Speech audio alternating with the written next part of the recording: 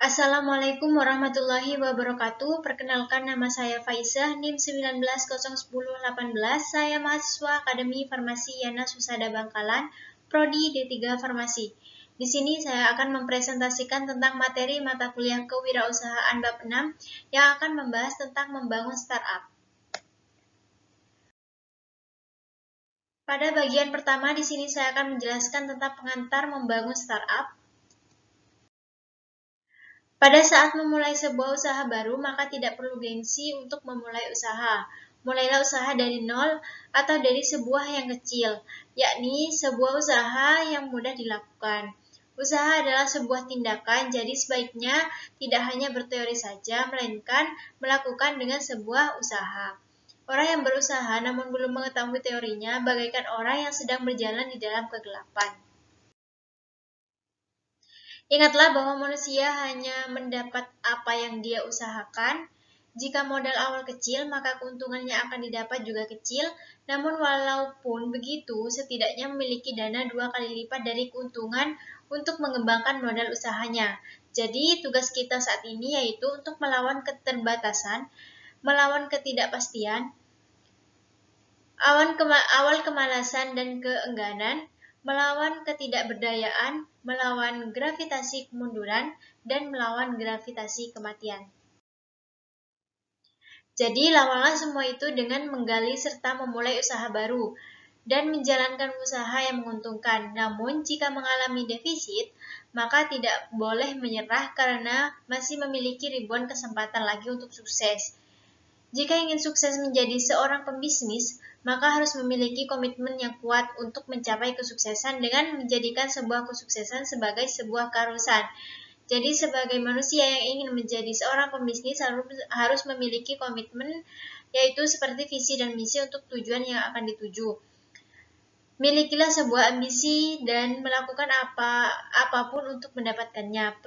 Perlu harus keluar dari zona aman, menjauh dari garis start, yakni garis awal bermula, dan jangan hanya berharap saja, melainkan juga harus disertai dengan aksi yang kuat dan nyata. Jadi mulailah beraksi dengan membuka usaha bisnis, mulailah membuka usaha bisnis sendiri sesuai passion, karena jika bekerja sesuai dengan passion, maka pekerjaan akan dikerjakan dengan penuh semangat dan penuh cinta. Cara membuka usaha sendiri seperti dengan cara meniru yang sudah ada, kemudian dimodifikasi, artinya produk yang ditiru akan menyeruakan aroma kebaruan, keorsinilan, dan memiliki nilai jual yang tinggi. Dalam berbisnis, semuanya bersaing. Saling meniru dan memodifikasi bukan salah satu bentuk plagiat atau melanggar etika bisnis. Namun, ini adalah suatu bentuk kompetisi atau menghilangkan monopoli dalam dunia berbisnis. Yang perlu diingat adalah tidak perlu takut untuk membuat keputusan dalam menemukan solusi saat memulai bisnis, dan jangan takut membuat target. Kemudian, tidak perlu takut pada sesuatu yang belum terjadi, karena siapa tahu saja yang ditakutkan tidak akan terjadi, karena seorang pebisnis adalah orang yang berani mengambil resiko. Selain itu, juga harus dapat memanajemen secara efisien mungkin dalam produk-produknya, modal sampai barang tersebut berhasil diproduksi. Cara rahasia untuk sukses yaitu ada 2, memiliki goal tertulis dan analisis SWOT. Goal tertulis ini, tulislah rencana bisnis yang akan dilakukan agar dapat sukses di kemudian hari. Kemudian analisis SWOT ini, yaitu dengan analisis SWOT maka kita akan memiliki peluang usaha untuk sukses dalam berbisnis. Kemudian bagian kedua, di sini saya akan menjelaskan tentang hal yang harus diperhatikan dalam merintis usaha baru. Hal-hal yang perlu diperhatikan yaitu lihatlah keadaan pasar yang kompleks dan dinamis. Harus dapat menjadi mesin penggerak bisnis, lihat kebutuhan dan harapan konsumen, bangun tanggung jawab etika moral, inovasikan produk pasar dan modal bisnis, jalin komunikasi yang baik terhadap konsumen, agar konsumen betah untuk menjadi pelanggan, berikan pelayanan secara personal pada konsumen, ukur kemampuan finansial dengan jenis bisnis, dapatkan nilai ekonomis, kemudian wirausaha dapat dijalankan seseorang atau sekelompok orang. Jenis usaha yang dijalankan dapat bersifat komersial dan sosial atau kedua-duanya. Memiliki modal sekaligus menjadi pengelola, artinya yang harus diperhatikan itu memiliki modal dan siap untuk mengelola bisnisnya. Penyetor modal dan pengelolaannya ditangani oleh pihak mitra dalam bentuk saham sebagai bukti kepemilikan. Pilih bidang dan jenis usaha yang akan dimasuki, tujuannya mau kemana, pikirkan bentuk usaha dan bentuk kepemilikan yang akan dipilih, kemudian pikirkan tempat usaha yang akan dipilih, pikirkan mengenai organisasi usaha yang akan digunakan apa saat bisnis sudah mulai dimulai, pikirkan mengenai jaminan usaha yang mungkin diperoleh, data dan informasi harus lengkap. Kemudian jangan sampai salah perhitungan, pelaksanaan pekerjaan jangan sampai salah juga. Pikirkan mengenai lingkungan usaha yang akan berpengaruh terhadap kemajuan bisnisnya. Jangan sampai memilih lingkungan yang tidak mensukseskan dalam berbisnis. Pada bagian ketiga, di sini saya akan menjelaskan tentang hal-hal yang membuat bisnis gagal. Jadi, yang bisa membuat bisnis gagal yaitu kebiasaan menunda waktu, ketekunan dan ketakwaan yang kurang, kebiasaan yang boros, kebiasaan hati-hati yang berlebihan, kepribadian yang bersifat negatif, kemudian perasaan takut sama orang lain, kemudian berlagak pintar, memiliki perencanaan usaha, memiliki pendidikan yang relevan, pengelolaan piutang yang kurang, berorientasi ke depan, jangan mengadakan inovasi, kemudian tanpa pembukuan teratur. Jadi jangan membuat inovasi tanpa pembukuan teratur, tanpa mengadakan analisis pasar juga. Cepat puas diri, ini bisa membuat kegagalan, tidak berpengalaman di lini produk atau servis, gagal mengendalikan aspek utama usaha, kemudian pengalaman manajemen masih kurang, dan sebagainya. Dengan adanya kegagalan usaha, maka kewirausahaan harus melakukan hal-hal seperti berikut, yaitu mencari masalah-masalah yang ada, mencari permasalahannya apa, mengetahui cara-cara menghilangkan kegagalan bagaimana, kemudian mengidentifikasi kegagalan usaha.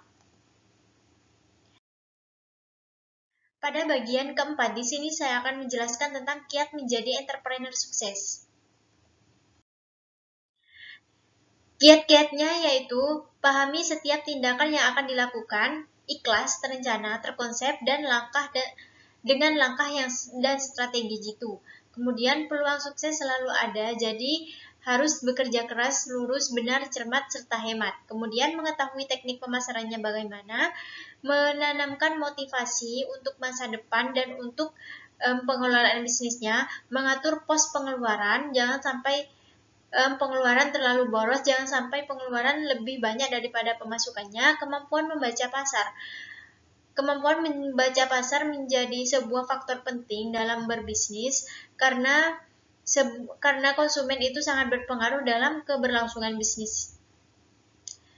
Kemampuan tawar-menawar. Kemampuan menentukan kapan dapat mengambil keuntungan. Kemudian kemampuan untuk mengetahui dan menemukan sumber-sumber potensi, supel, ramah, sopan, menghargai dan menghormati orang lain, dapat dipercaya, kemampuan menghadapi berbagai karakter manusia, jadi setiap pelanggan itu memiliki berbagai karakter. Kemudian hal yang perlu diamati yaitu pelayanan yang harus diberikan kepada pelanggan harus sebaik mungkin. Kemampuan dalam administrasi, dapat melihat resiko dalam penjualan, mengembangkan kreativitas dan inovasi, mampu mengatur keuangan dalam segala hal.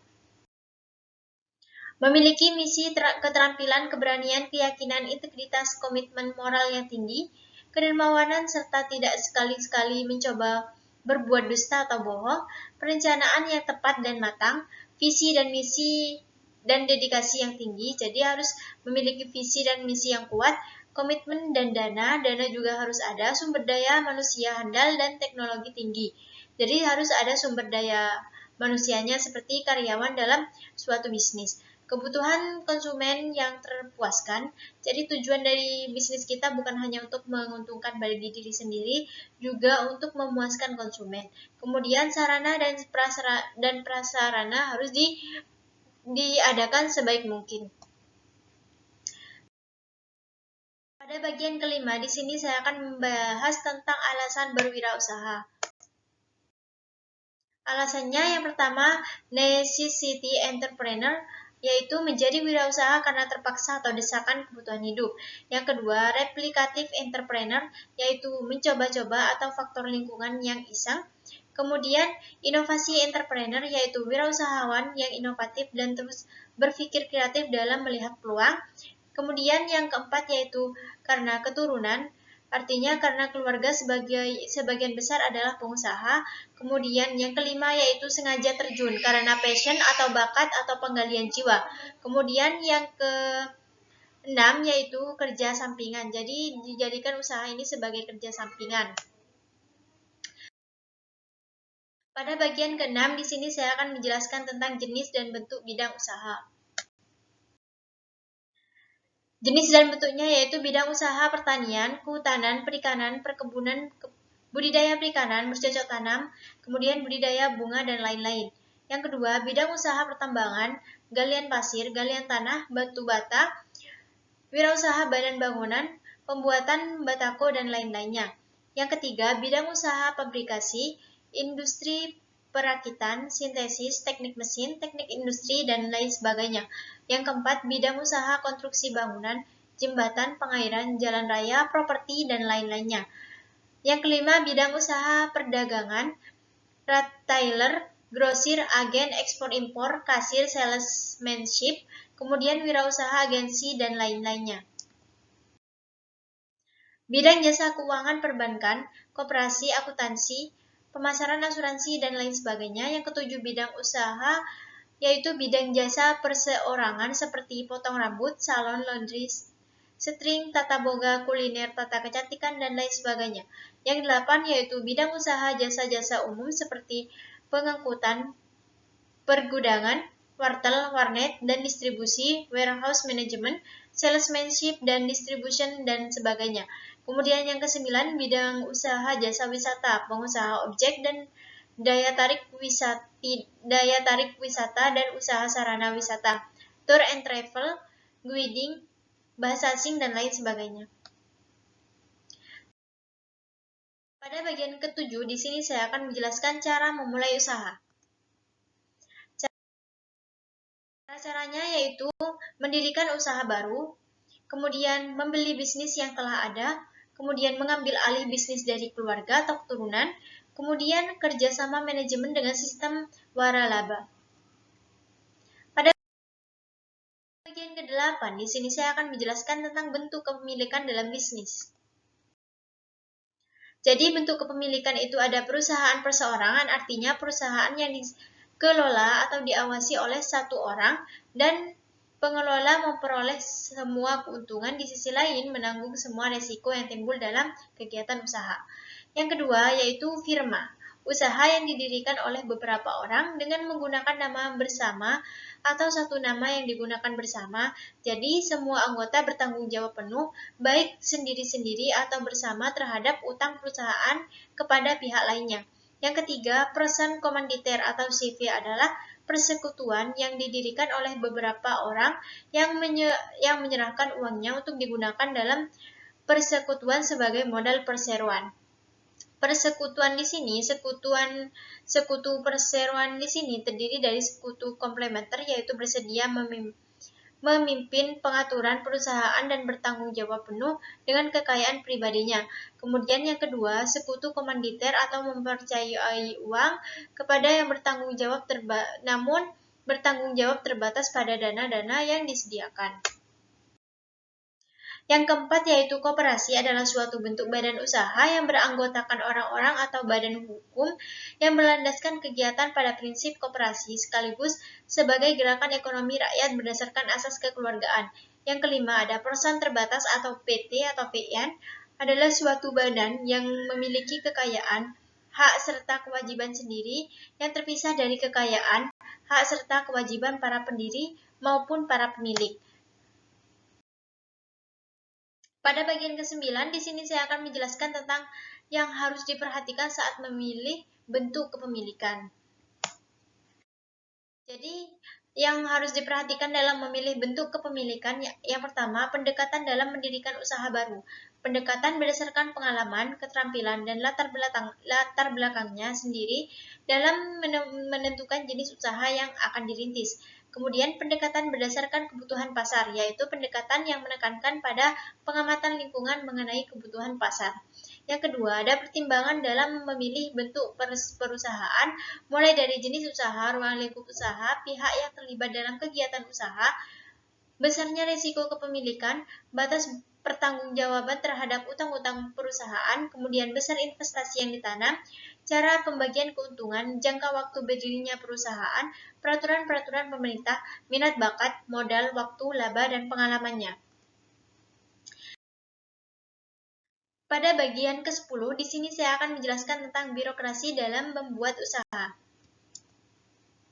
Birokrasi dalam membuat usaha ada 3. Yang pertama, jenis usaha. Jenis usaha ini terdiri dari surat izin usaha perdagangan, surat izin usaha industri, izin domisili, izin mendirikan bangunan. Yang kedua, dokumen yang diperlukan yaitu tanda daftar perusahaan, NPWP, bukti diri. Kemudian, proses pendirian badan usaha, mengadakan rapat umum pemegang saham, dibuat akta notaris, didaftarkan di pengadilan negeri, dan diberitakan dalam negara. Sekian presentasi yang dapat saya sampaikan. Kurang lebihnya saya mohon maaf. Semoga ilmu yang dapat saya sampaikan bisa bermanfaat. Wassalamualaikum warahmatullahi wabarakatuh.